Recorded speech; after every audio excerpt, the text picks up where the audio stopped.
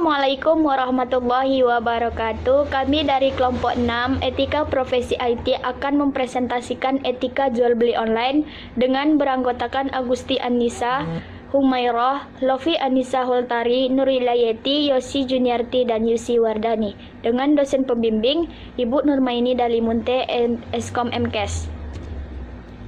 Agenda jual beli e-commerce itu ada 4. Yang pertama, konsep dasar jual beli online. Yang kedua, etika jual beli online. Yang ketiga, jual beli online dalam Islam. Yang keempat, adab jual beli online dalam Islam. Yang pertama, konsep dasar jual beli online. Jual beli online adalah transaksi yang terjadi di media elektronik yang mana transaksi jual beli tidak mengharuskan penjual dan pembeli bertemu secara langsung atau saling menatap muka secara langsung dengan menentukan ciri-ciri jenis barang, sedangkan untuk harganya dibayar terlebih dahulu baru diserahkan barangnya. Selanjutnya akan dijelaskan oleh teman saya sendiri. Baiklah, kita masuk kepada materi selanjutnya, yaitu karakteristik jual beli online. Terdapat 3 buah karakteristik dalam jual beli online. Yang pertama, terjadinya transaksi antara kedua belah pihak, baik itu si penjual atau si pembeli. Yang kedua, adanya pertukaran barang, jasa, dan informasi. Dan yang ketiga, internet merupakan media utama dalam proses atau mekanisme akad. Selanjutnya, kita masuk kepada materi jenis-jenis jual beli online. Terdapat 3 jenis jual beli online. Yang pertama, transaksi antar bank. Contohnya yaitu dengan cara mentransfer sejumlah uang antar bank. Selain cara ini sangat simpel, transaksi ini memudahkan proses konfirmasi karena mudah dicek oleh si penjual. Selanjutnya kita ada cash on delivery atau COD. Dalam sistem ini, si penjual dan si pembeli akan bertemu. Keuntungannya, si pembeli dapat leluasa dalam proses transaksi. Pembeli dapat melihat barang-barang yang akan dibelinya secara detail, kemudian memungkinkan terjadinya tawar-menawar. Selanjutnya ada rekening bersama atau escrow. Cara ini sedikit berbeda dengan transfer bank, di mana pada transfer bank pihak ketiga adalah bank, maka pada dalam sistem ini yang menjadi pihak ketiga adalah lembaga pembayaran yang telah disepakati oleh penjual dan pembeli. Selanjutnya kita masuk kepada bagian mekanisme jual beli online. Terdapat 4 jenis mekanisme jual beli online. Yang pertama ada information sharing, di mana di sini terjadi interaksi antara si pembeli dan internet, di mana pembeli melakukan browsing untuk mendapatkan informasi terkait barang yang akan dibelinya. Yang kedua yaitu online order, di mana di sini pemesanan dari pembeli yang tertarik terhadap produk yang ditawarkan. Dalam memenuhi kebutuhan ini, perusahaan memerlukan corporate database untuk menyimpan informasi yang memadai terkait dengan produk-produk yang ditawarkan atau cara untuk memesannya. Selanjutnya ada online transaction, di mana pada bagian ini proses transaksi perdagangan dilakukan secara online. Untuk melakukannya dapat dilakukan dengan berbagai media seperti chatting, marketplace, atau video conference. Selanjutnya ada e-payment. Pembayaran yang dilakukan secara elektronik. Agar dapat memberikan jasa pembayaran online, maka lembaga keuangan sebelumnya perlu menjalin kerjasama dengan perusahaan penyedia jaringan atau provider. Materi selanjutnya akan dilanjutkan oleh teman saya.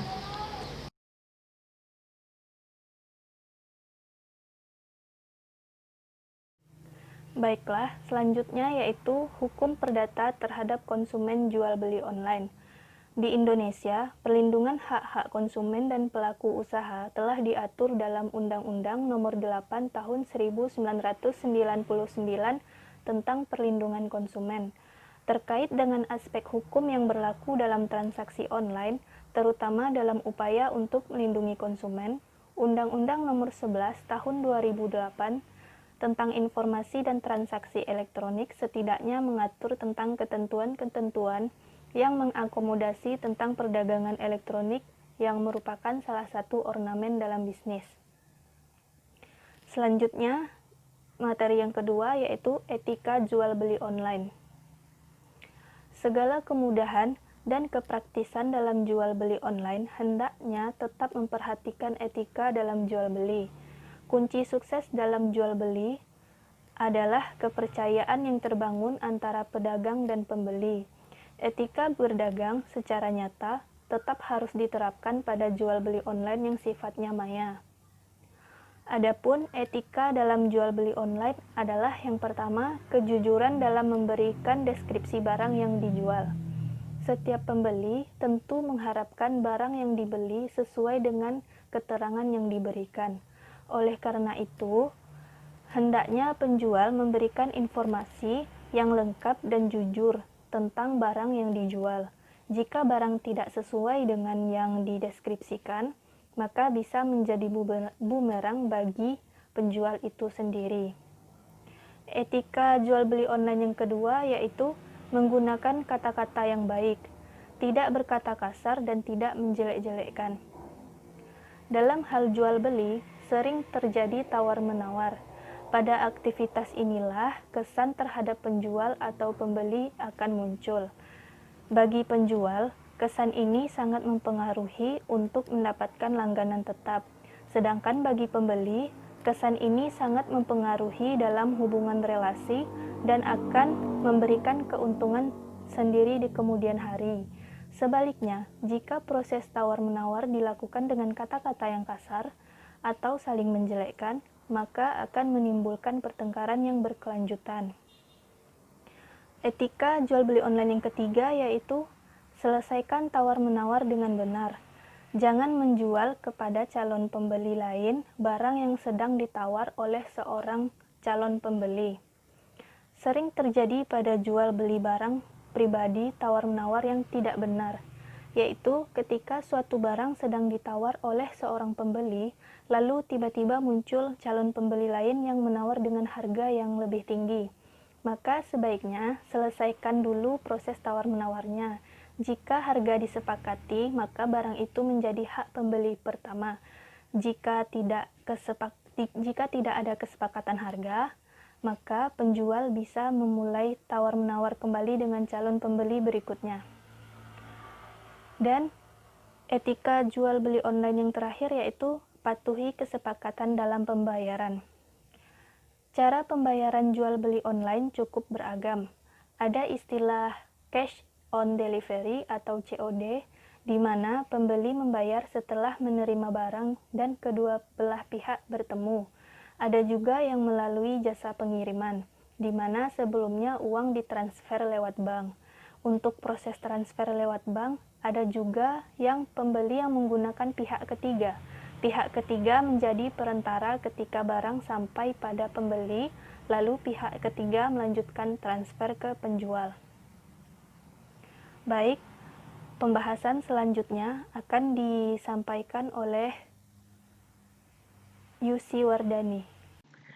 Berikutnya saya akan menjelaskan tentang akad dalam jual beli online. Secara bahasa, transaksi atau akad digunakan berbagai arti, yang hanya keseluruhan kembali pada bentuk ikatan atau hubungan terhadap dua hal, yaitu as-salam atau disebut juga as-salaf, merupakan istilah dalam bahasa Arab yang mengandung makna penyerahan. Secara etimologi, salam adalah salaf, yaitu sesuatu yang didahulukan. Dalam konteks ini, jual beli salam atau salaf, di mana harga atau uangnya didahulukan, sedangkan barang diserahkan, kemudian dapat dinyatakan pula pembiayaan di mana pembeli diharuskan untuk membayar sejumlah uang tertentu untuk mengirim barang.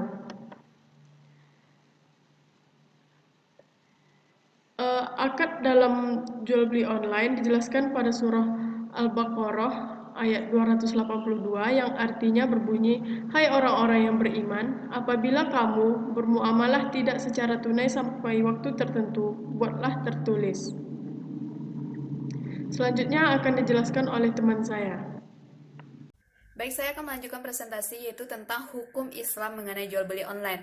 Nah, di dalam hukum Islam mengenai jual beli online ini terdapat beberapa dasar hukum yaitu dari Al-Quran, hadis, dan juga ijma. Nah, di dalam Al-Quran terdapat dalam surat An-Nisa ayat 29 yang artinya itu adalah, "Wahai orang-orang yang beriman, janganlah kamu saling memakan harta sesamamu dengan jalan yang batil atau tidak benar, kecuali dalam perdagangan yang berlaku atas dasar suka sama suka di antara kamu. Dan janganlah kamu membunuh dirimu. Sungguh Allah Maha Penyayang kepadamu." Selanjutnya itu adalah berdasarkan hadis. Nah, hadis ini diriwayatkan oleh Tirmizi dan dari Salman radhiyallahu anhu, ia berkata, yang artinya Rasulullah SAW pernah ditanya tentang minyak samin dan keju. Lalu beliau bersabda, halal adalah apa yang Allah halalkan dalam kitabnya, dan haram adalah apa yang telah Allah haramkan dalam kitabnya, dan apa yang Allah diamkan adalah sesuatu yang dimaafkan atau boleh. Nah, selanjutnya ada beberapa ijma. Itu yang pertama adalah jika akad dilakukan ketika kedua orang yang berakad itu satu dan lainnya tidak saling terdengar, maka perantara yang dapat digunakan yaitu adalah dalam bentuk tulisan atau catatan atau mengutus utusan, maka kondisi ini dianggap cukup untuk menghubungkan antara ijab dan kabul. Yang kedua itu adalah jika akad dilakukan ketika berjauhan, namun akadnya dilaksanakan pada waktu yang sama, maka akad dapat dilakukan dengan telepon atau nirkabel. Kondisi ini tetap dianggap akad yang dihadiri oleh kedua belah pihak tersebut. Selanjutnya kita masuk kepada adab jual beli online dalam Islam. Terdapat beberapa adab jual beli online dalam Islam, yaitu yang pertama itu adalah jual beli di online dalam Islam itu harus tetap menggunakan akad. Yang mana di dalam jual beli online ini walaupun tidak terjadi pertemuan antara penjual dan pembeli secara langsung, tetapi tetap harus dilakukan ijab. Nah, di sini menurut kitab Fathul Mu'in, ijab dan kabul itu ijab itu adalah bukti yang menunjukkan atas penyerahan dengan bukti yang jelas dapat dipertanggungjawabkan, sedangkan kabul itu adalah bukti yang menunjukkan atas penerimaan. Nah, yang kedua itu adalah jujur. Di sini dikatakan bahwasanya seorang pedagang yang menipu itu bukanlah termasuk dari golongan Rasulullah, dan Rasul juga pernah bersabda yang artinya itu adalah barang siapa yang menipu maka ia tidak termasuk golongan kami. Orang yang berbuat makar dan pengelabuan tempatnya itu adalah di neraka. Hadis riwayat Ibnu Hibban Sahih. Baik, untuk materi selanjutnya yaitu akan dijelaskan oleh Humairah. Kepada Humairah dipersilahkan. Adab jual beli online dalam Islam yang ketiga, tidak menaikkan harga. Seorang penjual tidak boleh menaikkan harga melebihi keuntungan yang seharusnya. Menaikkan harga dalam Islam ini disebut juga dengan najasi. Diriwayatkan dari sahabat Abu Hurairah radhiyallahu anhu, Rasulullah shallallahu alaihi wasallam bersabda, dan janganlah kalian melakukan jual beli najasi. Hadis riwayat Bukhari nomor 2150 dan Muslim 1515. Selanjutnya yang keempat, tidak menjual barang haram. Seorang penjual tidak boleh menjual barang haram kepada pembeli. Hal tersebut sangat dilarang dalam agama Islam. Dari Jabir ibn Abdullah, beliau mendengar Rasulullah SAW bersabda di Mekah saat menaklukkan kota Mekah pada tahun 8 Hijriah. Sesungguhnya Allah dan Rasulnya mengharamkan jual beli khamar, bangkai nabi dan patung. Ada yang bertanya, wahai Rasulullah, apa pendapat mengenai jual beli lemak bangkai? Mengingat lemak bangkai itu dipakai untuk menambal perahu, meminyaki kulit, dan dijadikan minyak untuk penerangan. Nabi SAW bersabda, tidak boleh jual beli lemak bangkai itu haram. Kemudian Rasulullah SAW bersabda, semoga Allah melaknat Yahudi, sesungguhnya tatkala Allah mengharamkan lemak bangkai, mereka mencairkannya lalu menjual minyak dan lemak bangkai tersebut. Kemudian mereka memakan hasil penjualannya. Hadis riwayat Bukhari nomor 2236 dan Muslim nomor 4132. Hal tersebut sangat dilarang dalam agama Islam. Allah melaknat orang-orang yang menjual barang haram, apalagi sampai mendapatkan hasil penjualan dari barang tersebut. Selanjutnya, yang kelima, menjelaskan aib barang. Jadi, sebagai seorang penjual yang baik, kita wajib menjelaskan aib atau kerusakan atau juga kecacatan dari barang yang ingin kita jual kepada penjual. Hal tersebut sudah dijelaskan dari Uqbah bin Amir radhiyallahu anhu bahwa Rasulullah shallallahu alaihi wasallam bersabda, seorang muslim adalah saudara bagi muslim yang lainnya, dan tidak halal bagi seorang muslim untuk menjual sesuatu yang ada aibnya kepada orang lain kecuali ia menjelaskan aib tersebut kepadanya. Selanjutnya, keenam, hak pembatalan untuk pembeli.